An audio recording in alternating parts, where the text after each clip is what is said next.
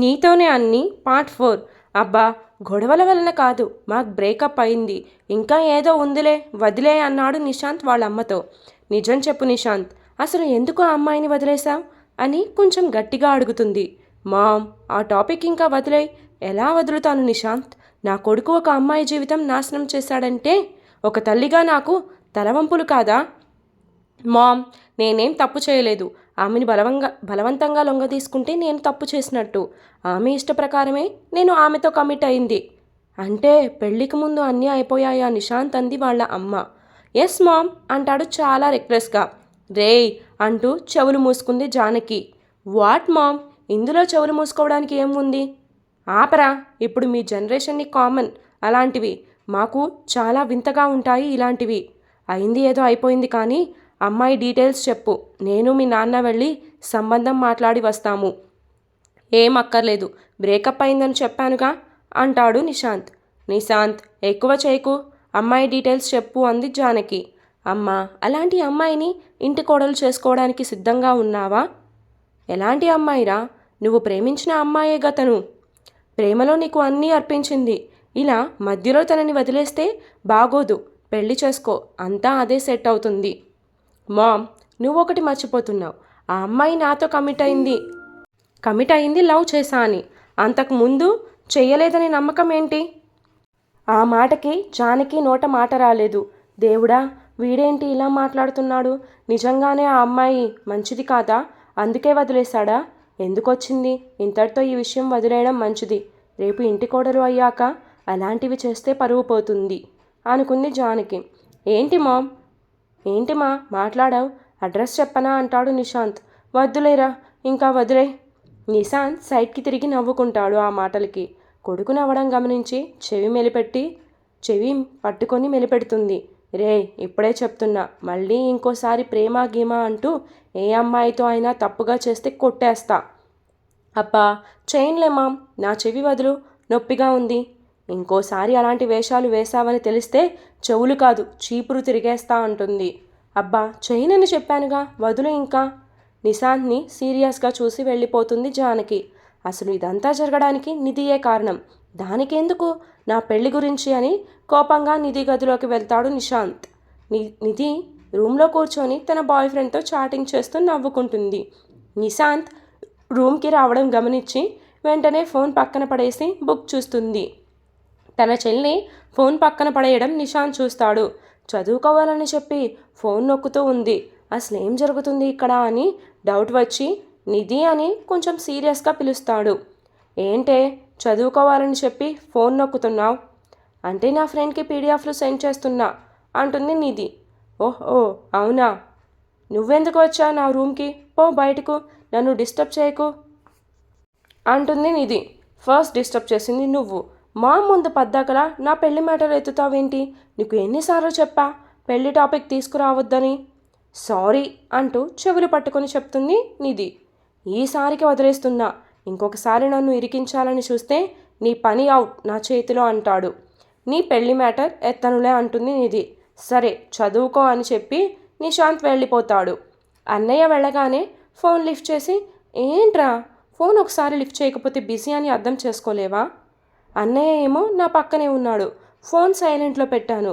Phone ఎందుకు lift చేయలేదో అర్థం చేసుకోవాలిగా కమల్ అంది నిధి. నాకేం తెలుసు బేబీ, నీ నుండి మెసేజ్ రావడం ఆలస్యం అయితే నేను తట్టుకోలేనని నీకు తెలుసు కదా.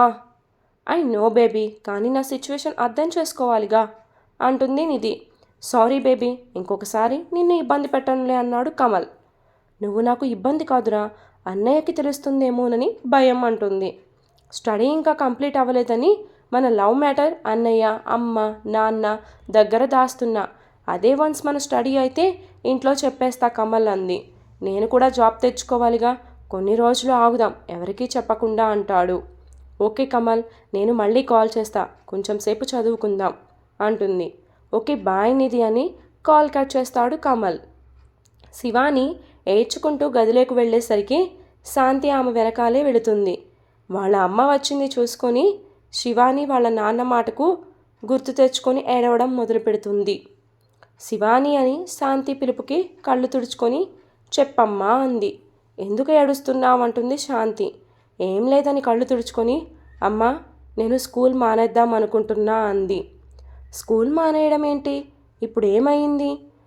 2 డేస్ 2 రోజులు లీవ్ తీసుకున్నావని అరిచారా అంటుంది. అదేం లేదమ్మా, నాకే వెళ్ళాలి అనిపించడం లేదు. నువ్వు ఇంట్లో కూర్చొని ఏం చేస్తావు? నా మొహం చూస్తూ కూర్చుంటావా? మీ బావ అమెరికా నుండి వచ్చే వరకు స్కూల్కి వెళ్ళు. అమెరికా నుండి వచ్చాక మీ అత్తతో మాట్లాడి పెళ్లి చేస్తాను అంటుంది శాంతి. అమ్మా, బావని పెళ్లి చేసుకోవడం ఏంటి? అలా చేసుకుంటే అతనికి అన్యాయం చేసిన దాన్ని అవుతాను అంది. శివాని, మీ బావకి నువ్వంటే చాలా ఇష్టం. పెద్ద చదువులు చదవకపోయినా నిన్ను ఇష్టపడ్డాడు. నువ్వు కనుక మీ బావని పెళ్లి చేసుకోను అంటే మీ నాన్నకి నీ మీద ఇంకా కోపం పెరుగుతుంది. ఇంకా ఏం మాట్లాడకుండా నేను చెప్పినట్టు విను అంది శాంతి. అది కాదమ్మా అని శివాని అంటుంటే, శివాని ఇంకా మాట్లాడకు, వెళ్ళి ఫ్రెష్ అవ్వు, భోజనం చేద్ది గాని అంటుంది. అమ్మ నేను స్కూల్ మానేస్తా, నాలాంటి వాళ్ళు పిల్లలకి మంచి ఎలా చెప్తారు అంటుంది. ఏంటిది ఇలా మాట్లాడుతుంది? వాళ్ళ నాన్న మాటలు వినిందా? శివాని, నువ్వు మీ నాన్న మాటలు విన్నావా ఏంటి? ఆయన ఏదో కోపంలో అన్నారు, అవన్నీ పట్టించుకొని ఇంట్లో కూర్చుంటావా? నాన్న అన్నది నిజమేగా అమ్మా. అలా అయితే ఇంట్లో కూర్చొని మా పరువు తీస్తావా అంది శాంతి. సడన్గా స్కూల్కి వెళ్ళడం మానేసావనుకో, నలుగురు 4 రకాలుగా అనుకుంటారు. అది కాదు అంటుంటే శివాని ఇంకేం మాట్లాడుకో అని వెళ్ళిపోతుంది. అమ్మా, నన్ను ఎందుకు అర్థం చేసుకోవు? నేను ఎవరి వలన మోసపోయానో మళ్ళీ అతని దగ్గరికే వెళ్లాల్సి వస్తుందే అని బాధపడుతుంది శివాని. నైట్ భోజనం చేసేటప్పుడు మళ్ళీ ఒకసారి అడుగుదామనుకుంది శివాని. సోమయ్య గారు ఉండడంతో శివాని సైలెంట్గా తన గదిలోకి వస్తుంది. రేపు పిల్లలకి చెప్పే వర్క్స్ చూసుకుంటూ ఉంది. సోమయ్య భోజనం చేయడం అవ్వగానే శివానీని పిలవడానికి వెళుతుంది. తను పనిలో ఉండడంతో శివానీని డిస్టర్బ్ చేయదు శాంతి. చాలాసేపు చూసి మళ్ళీ గదిలోకి వెళ్తుంది. శివాని, నేను నాన్న భోజనం చేశాము. నువ్వు ఒక్కదానివే మిగిలి ఉన్నావు. ఎప్పుడు తింటావు అని అడుగుతుంది. ఒక 10 నిమిషాల్లో తింటాను, నువ్వు వెళ్ళి పడుకో అమ్మా అంటుంది. సరే అని శాంతి వెళ్ళిపోతుంది. ఒక 10 నిమిషాలకి భోజనం చేసి బెడ్ మీద వాలిపోతుంది శివాని. ఆ రోజు నిశాంత్ చేసింది మొత్తం గుర్తొస్తుంటే కోపంగా పిల్లోస్ అన్నీ విసిరేస్తుంది. ఆ నైట్ అంతా అతని జ్ఞాపకాల నీడల్లో నిద్ర కరువు అవుతుంది శివానీకి. మరుసటి రోజు స్కూల్కి వెళ్ళాలంటే ఇబ్బందిగా అనిపిస్తుంది శివానికి. కానీ తప్పడం లేదు. శాంతి స్కూల్ మానేస్తా అంటే అస్సలు ఒప్పుకోవడం లేదు. ఇక తప్పక స్కూల్కి స్టార్ట్ అవుతుంది. స్కూల్ దగ్గరే అవ్వడంతో నడవడం మొదలు పెడుతుంది. దారి మొత్తం నిశాంత్ ఆలోచనలే. నిన్న ఈవినింగ్ అతని మీటింగ్కి అటెండ్ అవ్వలేదని భయపడుతూ ఉంటుంది. ఇప్పుడు ఒకవేళ ఎదురుపడితే అతనేమంటాడో? నన్ను ద్వేషిస్తాడా? అతను నా మీద ద్వేషం పెంచుకునేంత తప్పు నేనేం చేయలేదుగా అనుకుంటూ ఎదురుగా వస్తున్న వ్యక్తిని చూసుకోదు. మళ్ళీ అతన్ని గుద్దుకొని కింద పడబోతుంటే ఆమె నడుము చుట్టూ చెయ్యి వేసి పట్టుకుంటాడు. అప్పుడు ఈ లోకంలోకి వచ్చి సారీ అంది శివాని. మేడం, మీరు ఎక్కడ చూసి నడుస్తున్నారు? నిన్న కూడా ఇంతే. మళ్ళీ నిన్న కాపాడిన వ్యక్తేనా అని తల కొట్టుకుంటుంది శివాని. అప్పుడే నిశాంత్ కారులో లోపలికి ఎంటర్ అవుతాడు. శివానీని అలా చూడగానే కోపం వచ్చేస్తుంది. మళ్ళీ వెంటనే కూల్ అయ్యి, లేదు, తను మంచిది కాదు, ఇలానే అమాయకంగా ఉండి అందరినీ పడేస్తుందనుకుంటాడు. నిశాంత్ కార్ లాక్ చేస్తున్నప్పుడు సౌండ్ వస్తే శివాని హెడ్ని అటు టర్న్ చేస్తుంది. నిశాంత్ ఆమెని కోపంగా చూస్తూ వెళ్ళడం చూసి తలదించుకుంది. చి, నాకే ఎప్పుడు ఇలా జరుగుతుందనుకుని కోపంగా క్లాస్ వైపుకు వెళ్తుంది. ఈ అమ్మాయి ఇంతేనా, కనీసం థ్యాంక్స్ కూడా చెప్పదే అనుకున్నాడు ఆ వ్యక్తి. శివాని ఫాస్ట్గా క్లాస్లోకి వెళ్తుంది. పిల్లలు సాగదీసి గుడ్ మార్నింగ్ చెప్తుంటే వద్దని చైర్లో సిట్ అవుతుంది. అలా కూర్చుందో లేదో లోహిత వస్తుంది ఆమె దగ్గరకు. శివాని, బయలుదేరు, వెళ్ళాలి. ఎక్కడికి? ఇప్పుడేగా వచ్చింది స్కూల్కి అంది శివాని. టీచర్ గారికి జోక్స్ ఎక్కువ అయ్యాయి. చైర్మన్ సార్ రమ్మన్నారు మనల్ని. నిన్న అటెండ్ అవ్వలేదుగా మీటింగ్కి. ఎప్పుడు మీట్ అవ్వాలి అంది శివాని. ఇప్పుడే తల్లి, ఎప్పుడో మీట్ అవ్వాల్సి వస్తే ఇప్పుడు నేను రానుగా. వెళ్ళాలా తప్పదా అని కష్టంగా లెగుస్తుంది చైర్లో నుంచి శివాని. తప్పదు, అయినా అంత హ్యాండ్సమ్ని మనం పర్సనల్గా కలుస్తున్నందుకు హ్యాపీగా ఫీల్ అవ్వాలి, కానీ ఇంత నీరసంగా వెళ్ళాలా అంటావేంటే? పర్సనల్గా కలిశాను కాబట్టే నీరసంగా ఉన్నా అనుకుంది మనసులో శివాని. లోహిత శివాని చేయి పట్టుకొని వెళ్తుంది. నిశాంత్ రూమ్ బయట నుంచొని శివాని టెన్షన్ పడుతుంది. ఏంటే బయటే ఉంటావా, అయినా సార్ని కలవడానికి టెన్షన్ ఎందుకే? అయినా ఇప్పుడు మనతో మాట్లాడాల్సిన అవసరం ఏముందే? మనిద్దరమేమన్నా 10th క్లాస్ పిల్లలకు చెప్తున్నామా? నువ్వేనా థర్డ్కి చెప్తున్నావు? నేను చెప్పేది ఫస్ట్ క్లాస్, అంతలా ఏం అడుగుతాడో అంది శివాని. ఏదో ఒకటి అడుగుతాడు కానీ నువ్వు రా ముందు అని డోర్ తెరిచి మే ఐ కమిన్ సార్ అంది లోహి. రమ్మని పిలుస్తాడు నిశాంత్. శివాని గదిలోకి వెళ్ళిన దగ్గర నుండి తల పైకి ఎత్తదు. అతని ఫేస్ చేయాలంటే ఎందుకో గుండెల్లో దడగా అనిపిస్తుంది. కానీ ఆమె అలా తలదించుకొని ఉండడం తనకే నచ్చదు. నేను ఏదో తప్పు చేసిన దానిలా ఇతని ముందు ఎందుకు ఇలా ఉండాలని ధైర్యం తెచ్చుకొని హెడ్ని పైకెత్తుతుంది శివాని. నిశాంత్ శివానీని సూటిగా చూస్తూ కూర్చోండని చెప్తాడు. అయ్యో పర్లేదు సార్ అంది లోహి. శివాని మాత్రం చెప్పగానే వెళ్ళి కూర్చుంటుంది. అబ్బా, అతనేదో ఫార్మాలిటీకి అని ఉంటాడు, ఇది వెళ్ళి కూర్చుందే, ఇప్పుడు నేను కూడా కూర్చోవాలి, లేకపోతే బాగోదని లోహి కూడా సిట్ అవుతుంది. చూడండి మిస్, మీరు చెప్పేది ఎల్కేజీ అయినా 10th అయినా మీటింగ్కి అటెండ్ అవ్వాల్సిందే అని సీరియస్గా చెప్తాడు. ఓ గాడ్, అంటే మేము బయట మాట్లాడుకుంది విన్నాడా అని కొంచెం ఇబ్బంది పడుతుంది లోహిత. శివాని మాత్రం తనకేం సంబంధం లేదన్నట్టు కూర్చుంది. సార్ మీరు విన్నారా మా మాటలని అంటుంది లోహిత. వినబట్టే కదా ఈ ఎక్స్ప్లెనేషన్. లోహిత ఫీల్ అవుతూ శివానీని చూస్తుంది. అసలు తనకేం పట్టనట్టు ఉండేసరికి లోహికి కోపం వస్తుంది. అబ్బా, మినిమం సారీ చెప్పాలనే కామన్ సెన్స్ కూడా లేదు దీనికి అని తిట్టుకుంది. శివాని పొగరు చూసి నిశాంత్ కూడా ఆశ్చర్యపోతాడు. అయినా ఇంకా నాకు భయపడాల్సిన అవసరం లేదు, ఎవరినో సెట్ చేసుకొని ఉంటుందిగా అనుకున్నాడు మనసులో నిశాంత్.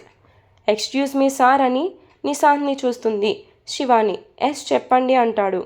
మీరే చెప్పాలి మమ్మల్ని ఎందుకు పిలిచారు? ఇది క్లాసెస్ జరిగే టైం, ఈ టైంలో పిలిస్తే ఎలా? పిల్లలు అసలే సైలెంట్గా ఉండరు అంది శివాని. ఓకే, ఒకరి తర్వాత ఒకరు రండి. మిస్ మీరు వెళ్ళండి, నేను శివాని గారితో మాట్లాడతా అని లోహితతో చెప్తాడు నిశాంత్. ఓకే సార్ అని లోహిత వెళ్తుంది. నిశాంత్తో మాట్లాడాలి అనిపించక శివాని కూడా లేచి వెళ్ళిపోతుంటే మిస్ శివాని అని పిలుస్తాడు. సార్ అంటూ నిశాంత్ని చూసి తలదించుకుంది. ఎక్కడికి వెళ్తున్నావు అని అడుగుతాడు.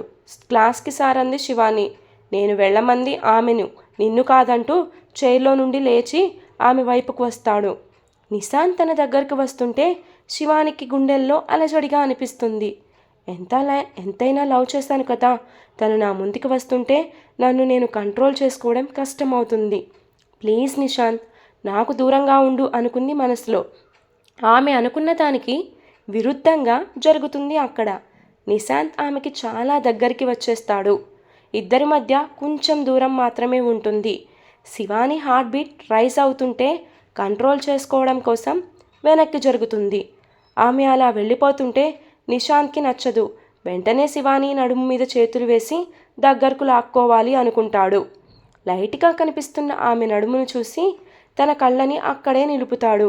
దాన్ని టచ్ చేయాలనిపించి తన చేతులని శివాని నడుము దగ్గరకు తీసుకువెళ్తుంటే శివాని ఆ చేతుల్ని పట్టుకొని ఏం చేస్తున్నారు మీరు అంది కోపంగా.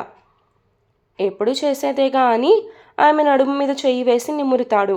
సార్ అని అతని చేతిని నెట్టేస్తుంది శివాని. ఎందుకు నెట్టేస్తున్నావని సీరియస్గా చూస్తాడు నిశాంత్. శివాని బెరుకుగా చూస్తూ సార్, ఇంతకు ముందు వేరు ఇప్పుడు వేరు, ప్లీజ్ నాకు దూరంగా ఉండండి, లేదంటే నేను వెళ్ళిపోతాను. నువ్వెళ్తూ ఉంటే నేను చూస్తా అనుకున్నావా శివాని? ఆపి ఏం చేస్తావు, పెళ్లి చేసుకుంటావా అంటూ నిశాంత్ కళ్ళల్లోకి చూస్తుంది శివాని. ఆ మాటకి శివాని నడుము మీద ఉన్న చేతిని వెనక్కి తీసుకుంటాడు. పెళ్ళి అనే మాట వినగానే తనని వదిలేసినందుకు చాలా బాధపడుతుంది శివాని. నిన్నే చెప్పు, పెళ్లి చేసుకుంటావా అంటూ నిశాంత్ కాలర్ పట్టుకుని అడుగుతుంది. నిశాంత్ ఆమె చేతులు విడిపించుకొని దూరంగా నుంచుంటాడు. పెళ్ళి అనేసరికి పారిపోతున్నావు, అదే డేట్ నైట్ అంటే వస్తావు కదా అని కోపంగా చూస్తుంది. షటప్ శివాని, నాకేం నీతో రావాలని సరదాగా లేదు. నేను నిన్ను పిలిచింది స్టాఫ్ మెంబర్గా.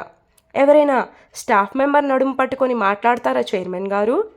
అంటే నా తర్వాత వచ్చే నా ఫ్రెండ్ నడుము కూడా పట్టుకుంటారా అంది సీరియస్గా చూస్తూ.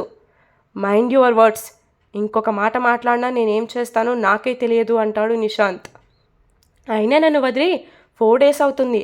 అప్పుడే ఒకరిని సెట్ చేసుకున్నావుగా, నేను చూడలేదనుకున్నావా? అతను నేను పడిపోతుంటే హెల్ప్ చేశాడు. అయినా ఇలాంటి వాళ్ళకి సిచ్యువేషన్ ఎక్స్ప్లెయిన్ చేయడం కూడా వేస్టే అనుకుంది శివాని. నిశాంత్ మాటలకి కన్నీళ్లు వస్తున్నా కంట్రోల్ చేసుకొని, సార్ ఏం మాట్లాడాలి అనుకుంటున్నారో చెప్తే వెళ్తాను అంది. నువ్వెళ్ళు, నాకు అసలు మూడ్ బాలేదు అంటాడు. ఆ మాట తన నోటి నుండి రాగానే ఫాస్ట్గా వెళ్ళిపోతుంది. శివాని వెళ్ళగానే చైర్లో సిట్ అయ్యి చిరాకు పడిపోతుంటాడు. అసలు నేను తనని ఎందుకు టచ్ చేశాను? ఆ అమ్మాయి అంటే నాకు ఇష్టం లేదుగా, ఎందుకెలా చేశా అని చేతిని గోడకేసి కొట్టుకుంటాడు. అమ్మాయిలంతా అంతే, పెళ్ళి కాకుండానే అన్నీ కానిస్తారు. తర్వాత మనం బకరా అవ్వాలి. ఇంకోసారి తనని చూడకూడదు అనుకున్నాడు. నిశాంత్ టచ్ చేసిన చోట వాటర్తో కడుక్కొని క్లాస్కి వెళ్తుంది శివాని. పెళ్ళి చేసుకోడు కానీ ఇష్టం వచ్చినట్టు తాకేస్తాడా? ఏమనుకుంటున్నాడు నా గురించి? ఇంకొకసారి నన్ను టచ్ చేస్తే చంపేస్తా. మా అమ్మ నాన్నలకి నేను తెచ్చిన మచ్చ చాలు, ఇంకా ఆ మచ్చ పెంచాలని లేదని తన కన్నీళ్లను తుడుచుకుంది. పిల్లల అల్లరి మధ్య కొంచెం మైండ్ డైవర్ట్ అవుతుంది శివానికి. లంచ్ బ్రేక్లో స్టాఫ్ రూమ్కి వెళ్తుంది శివాని. లోహి పక్కనే వచ్చి కూర్చొని, ఏంటే చైర్మన్ సార్ నన్ను పిలవలేదు అంటుంది. నన్ను కూడా 5 మినిట్స్కే పంపించాడు, తనకి ఏదో ఫోన్ వచ్చింది. అయ్యో అవునా, పర్సనల్గా కలవచ్చని ఎంత సంతోషపడ్డానో అంది లోహిత, నీకు ఇప్పుడే చెప్తున్నా విను. నువ్వు సరదాగా అనొచ్చు కానీ అదే సీరియస్ అయితే నువ్వే ప్రాబ్లం ఫేస్ చేస్తావు.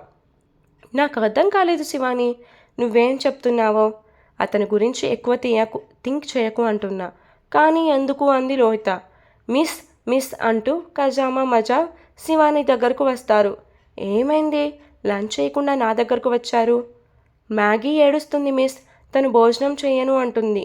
మీరు ఏమన్నా అన్నారా తనని అంటుంది శివాని. లేదు మిస్, మేమేమనలేదు. కజామా నువ్వు చెప్పు, నాకు తెలిసి నువ్వే ఏదో అని ఉంటావు అంది శివాని. లేదంటే మ్యాగీ ఎందుకు ఏడుస్తుంది?